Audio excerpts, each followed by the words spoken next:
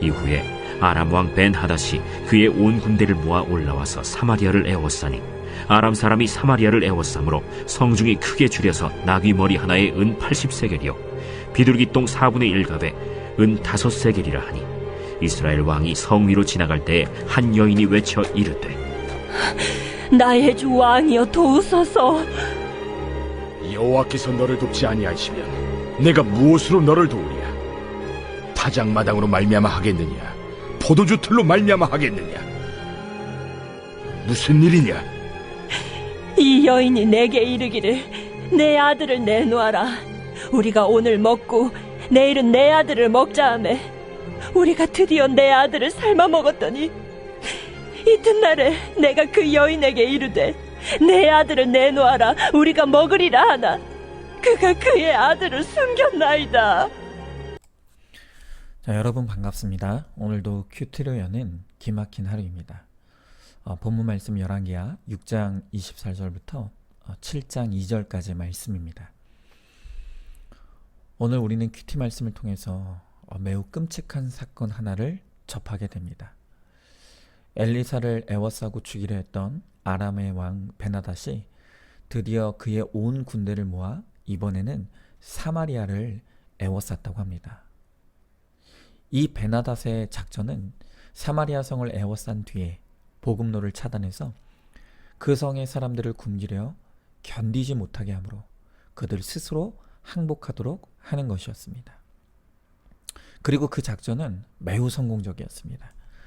오늘 말씀해 보니까 그렇게 이스라엘로 들어와야 될 보급로가 차단되니까 평소에는 먹을 것으로 생각하지도 않았던 나귀의 머리가 은 80세겔로 치솟았다고 합니다.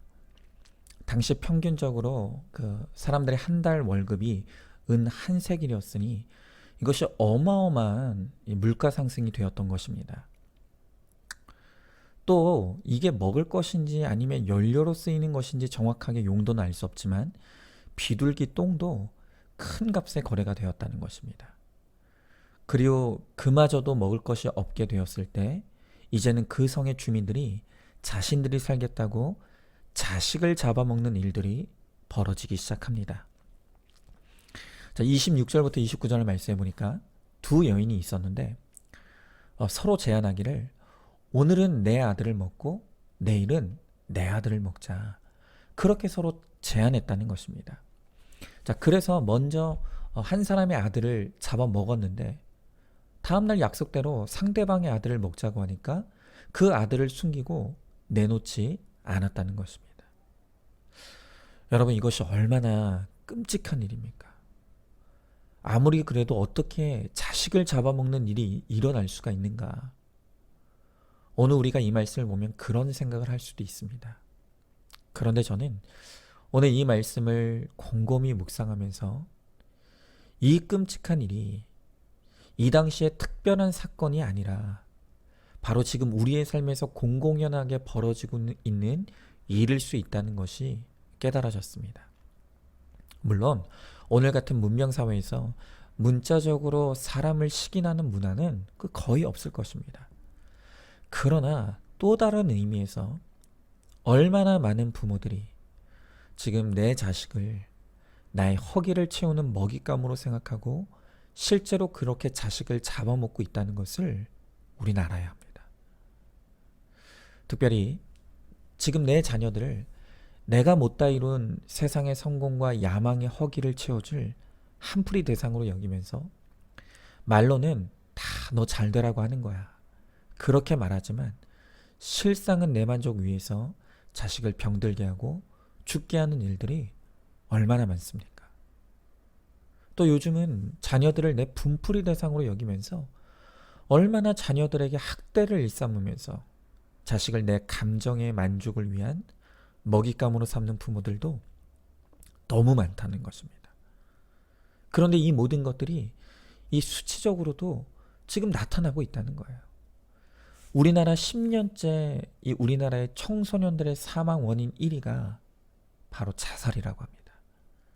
그런데 우리나라의 청소년들이 자살하는 원인이 가장 중요한 것이 가정 불화로 인한 스트레스와 학업 스트레스라는 것입니다. 그러니까 지금 나의 자녀들이 스스로 목숨을 끊는 가장 큰 원인 중에 하나가 바로 우리 부모들에게 있다는 거예요. 저는 오늘 우리 안산중학교 한 성도님의 이야기를 좀 같이 나누려고 합니다. 이 성도님은 젊은 시절 괴팍한 남편과 또 열악한 경제적 어려움 때문에 너무너무 힘든 시절을 보내셨습니다. 그래도 그 어려움을 통해 주님을 의지하고 또 믿음으로 살면서 이혼도 하지 않으셨고 가정을 지키고 자녀들도 아주 훌륭하게 잘 키워내셨습니다. 그런데 이 성도님에게는 여전히 내가 힘든 환경 때문에 젊은 날 충분히 좋은 것을 누리지 못하고 살았다고 하는 이 한이 여전히 해결이 되지 않았던 것입니다. 그러다 보니까 내 자녀들은 나처럼 살지 않았으면 좋겠고 나보다 더 좋은 것을 누리며 살았으면 좋겠다는 그 마음이 너무 컸습니다. 여러분, 이게 모든 부모님의 한결같은 마음 아닙니까? 저는 이분의 이 마음이 너무 이해가 됩니다. 자, 그런데 그러면서 이제 자녀들을 다 결혼시켰어요. 그런데 이 결혼한 자녀들에게 이 물심양면의 지원을 아끼지 않았습니다. 특별히 내 자녀가 좋은 곳에 살았으면 하는 마음으로 거금을 지원해서 아파트도 장만하도록 도와주었습니다. 자, 여러분, 이만하면 정말 좋은 부모 아닙니까? 혹시 나는 왜 이런 부모님을 만나지 못했나? 혹시 그런 마음 들지 않습니까? 그런데 여러분, 반전 같은 깜짝 놀랄 일이 벌어졌어요. 어느 날 이 성도님의 그 사랑을 받는 아들이 저에게 문자를 보냈습니다. 목사님 바쁜 거 알지만 좀 한시라도 빨리 만나고 싶다고. 제가 목사님을 꼭 만나야 될 일이 있다고. 이게 불길하잖아요. 그래서 제가 언제라도 괜찮으니까 빨리 와라. 그랬더니 몇 시간 후에 바로 이 아들이 달려왔습니다. 그리고 이 아들과 만난 자리에서 그가 털어놓는 이야기에 제가 너무 놀랐습니다. 이 아들은 말하기를 지금 너무 힘들어서 죽을 지경이라는 것입니다. 그래서 제가 뭐 때문에 그렇게 힘드냐 물어봤더니 바로 이 아들의 고통의 원인이 다름 아닌 이 어머니였던 것입니다. 제가 이 아들의 이야기를 듣다 보니까 이 어머니는 결혼한 아들에게 심적 지원, 물적 지원을 많이 해주었습니다.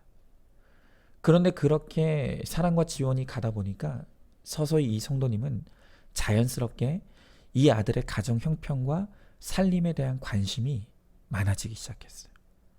그리고 그 관심이 많아지다 보니 하나하나 조언한다는 것이 간섭과 참견이 되기 시작했던 것입니다.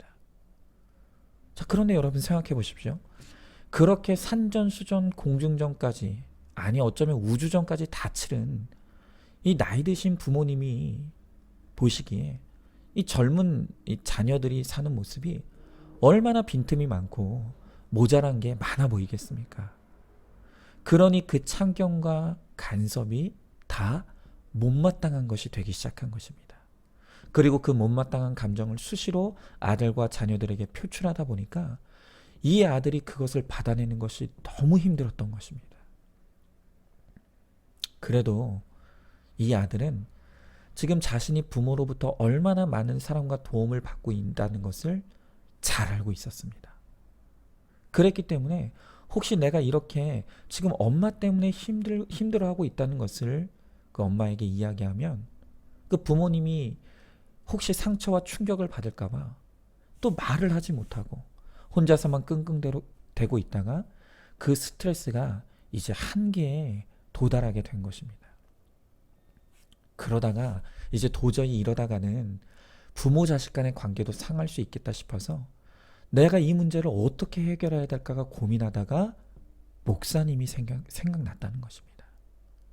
목사님이면 이 문제를 중재해 줄 수 있겠다 싶어서 저에게 찾아와 자신의 고통을 털어놓고 이 고통을 내 어머니에게도 좀 오해 없이 전달될 수 있도록 잘 전달해 달라고 그렇게 부탁해 온 것입니다. 참 어떨 때 보면 우리 성도님들 너무합니다. 좋을 때는 절대 안 찾아옵니다. 그런데 이렇게 곤란한 문제가 생기면 저보고 해결해 달라고 찾아오시니 정말 목사인 저도 참 곤란합니다. 그러나 이렇게 힘들 때 목사가 생각났다는 것이 얼마나 감사한 일입니까? 자, 여러분, 우리 한번 생각해 보자고요.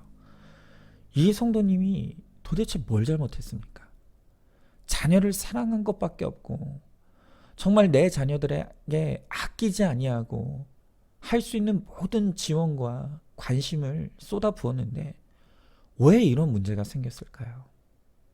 많은 이유가 있지만 오늘 이 문제에 있어서 가장 큰 원인은 이 성도님이 여전히 과거가 말씀으로 해석되지 못했기 때문이라는 것입니다. 여전히 내 과거의 상처와 한이 말씀으로 충분히 해석되지 못하고 누려지지 않아 여전히 그것이 상처로 남아있으니 내 남편에 대한 상처, 또 넉넉하지 못했던 가정의 형편이 정서적 허기가 되었던 것입니다. 그런데 그 정서적인 허기를 내 자녀들이 나보다 잘 되고 잘 사는 모습을 통해서 충족하려고 했던 것이죠. 아까도 말씀드렸지만 그것이 문제인 것은 내 자녀들 잘 되라고 했던 온갖 지원이 참견과 간섭으로 이어졌고, 그러면 그럴수록 모자란 것만 보여 자녀들에게 쏟아내는 그 부정적 감정들이 결국 자녀들에게 고통이 되더라는 것입니다. 여러분, 하나님께서 우리들에게 자녀를 주셨을 때는 그 자녀를 어떤 이유로든 내 만족의 수단 삼으라고 주신 것이 아니라는 거예요. 내게 자녀를 주신 유일한 목적은 자녀들을 영적 구사, 구원의 하나님의 자녀로 길러내라고 내 자녀들을 나에게 맡기신 것입니다. 그런데 내가 자녀들의 하나님이 되어서 내 만족과 기쁨, 그리고 자녀를 통해서 세상으로부터 오는 인정과 칭찬을 누리기 위한 수단으로 삼으니 오히려 부모인 내가 내 자녀들을 죽이는 결과를 낳게 된다는 것입니다. 그래도 저는 너무 감사했습니다.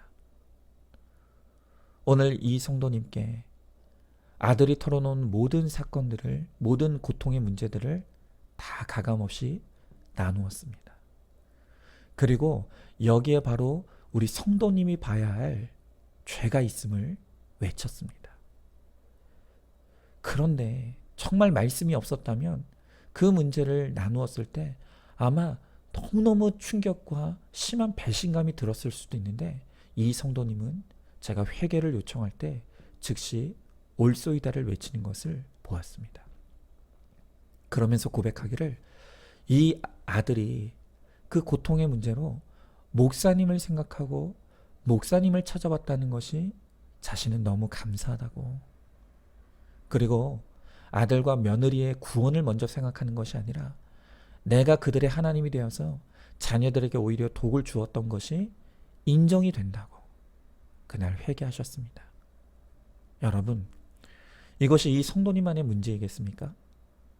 오늘 우리 성도님은 자신의 부족함으로 인해 일어난 일을 많은 사람들의 약재료로 쓸 수 있도록 오늘 허락해 주셨습니다. 그래서 오늘 제가 여러분께 이 문제를 함께 나눌 수 있습니다. 여러분, 이것은 결코 남의 가정의 문제가 아닙니다. 오늘 여러분, 우리가 심각하게 한번 스스로 물어야 합니다. 지금 나는 내 자녀를 살리고 있습니까? 죽이고 있습니까? 내가 지금 내 열심과 내 능력으로 아무리 대단한 것을 자녀에게 공급한다 하더라도, 그리고 설령 그것으로 인해서 내 자녀들이 세상에서 잘 나가고 출세한 자녀들이 됐다 하더라도, 여러분, 그것이 구원과 상관없는 것이었다면 바로 그것이 내 자녀를 영육간에 죽이는 일이라는 것을 깨달아야 합니다. 오직 구원만이 목적이 될 때 우리가 지혜로운 부모가 되어서 내 자녀에게 무엇을 주고 무엇을 주지 말아야 될지를 분별하게 됩니다. 그리고 그렇게 분별력을 가지고 자녀를 양육해와 내 자녀를 거룩과 구원의 생명의 길로 인도할 수 있는 것입니다. 여러분, 우리는 문제 부모였던 지난날의 삶을 회개해야 됩니다. 그리고 이제 좋은 부모가 되어야 합니다. 좋은 부모란 어떤 부모니까 내 자녀들에게 거룩과 구원을 심어주는 것입니다. 어릴 적부터 말씀으로 인생의 가치관을 바로 세우고 내 자녀들의 인생의 목적이 거룩과 구원인 것을 부지런히 가르쳐 줄 때 내 자녀들의 인생을 하나님이 책임져 주실 줄로 믿습니다. 그러므로 이제 우리는 내가 먼저 말씀으로 내 삶을 해석받고 내가 먼저 회개하여 인생의 목적이 거룩과 구원이 되므로 문제 부모의 삶에서 좋은 부모의 삶이 되어서 이제 내 자녀들을 거룩과 구원의 생명의 길로 인도하는 저와 여러분 우리 모두가 될 수 있기를 소망합니다. 자, 질문해 봅니다. 나는 좋은 부모입니까? 문제 부모입니까? 자녀를 향한 나의 열심이 내 자녀를 잡아먹는 고통이 되고 있지는 않습니까? 자녀에게 집착하는 원인이 내 안의 욕심과 한과 야망의 허기를 채우기 위한 것이라는 것을 인정하고 있습니까? 어릴 때부터 자녀를 말씀으로 거룩한 자녀로 양육하여서 하나님이 책임지시는 하나님의 자녀가 되기를 힘쓰시기를 바랍니다. 오늘도 큐티로 기막힌 하루를 살아내는 하늘 가족 공동체 우리 모든 성도님 되시기를 주님의 이름으로 축복합니다.